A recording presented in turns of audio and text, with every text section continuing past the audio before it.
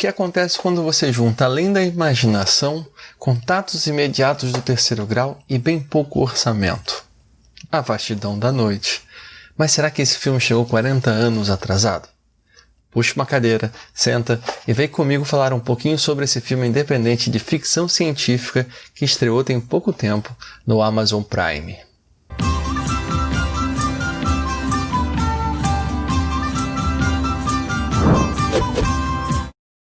Olá pessoal, eu sou o Mulder e se você é novo aqui no bar, se inscreve no canal e faz todo aquele ritual maluco do YouTube para você não perder nenhum vídeo. E hoje nós vamos falar então sobre A Vastidão da Noite, que é esse filme de ficção científica que chegou agora em maio de 2020 na plataforma Amazon Prime. Como eu disse antes, ele é um filme independente e parece que a Amazon só apenas comprou os direitos de distribuição do filme. Para você ter uma ideia, ele foi escrito e dirigido pelo Andrew Patterson. E além de ter uma barba exuberante, ele foi famoso por A Vastidão da Noite. Ou seja, é o filme dele de estreia, né? Estreia na direção e estreia no roteiro. E apesar de ser o filme dele de estreia, você vai perceber várias características atraentes para você assistir, como por exemplo, a criatividade e a inteligência para fazer um filme de baixo orçamento. Bom, então vamos lá. Esse filme se passa numa cidade do interior do Novo México durante a década de 50. Ele acompanha os eventos a partir da ótica de dois personagens principais.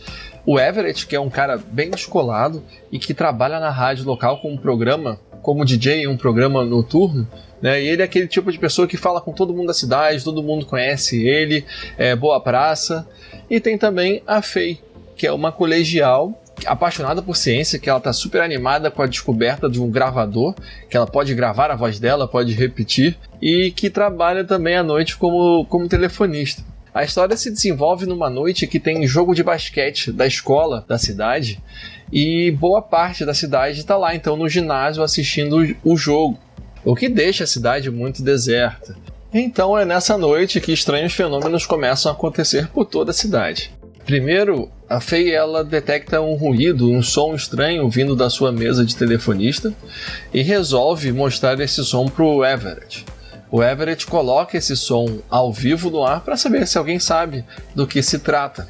E ele recebe uma ligação de alguém que diz conhecer aquilo, e enquanto Faye e Everett acabam tendo que correr atrás de respostas, outros personagens começam a aparecer, relatando que viram estranhos acontecimentos no céu da cidade.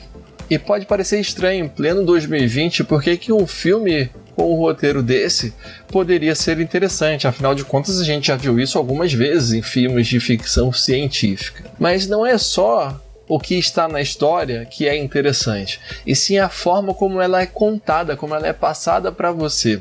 O filme usa estratégias bem interessantes e criativas para conseguir fazer você ficar imerso naquela narrativa, para você não perder a sua concentração em nenhum momento. Inclusive, né, uma dessas técnicas é ir quebrando o ritmo do filme em alguns momentos. Depois que eles apresentam os personagens principais, tem uma tomada longa da câmera indo de um lugar a outro da cidade e depois para um terceiro lugar, né? E essa câmera vai caminhando, te mostrando o quanto que a cidade é deserta, te mostrando bastante de como é uma cidade do interior do Novo México na década de 50, chegando no jogo de basquete do ginásio e depois indo até a rádio local, onde trabalha o Everett. E isso te ajuda a ter uma noção de contexto, te ajuda a entrar ali em contato com aquela paisagem, a já ir se inserindo nesse contexto dos anos 50. Uma outra coisa que o roteiro faz muito bem é passar todo esse suspense sobre o que seriam esses avistamentos no céu, o que seria tudo isso que está acontecendo.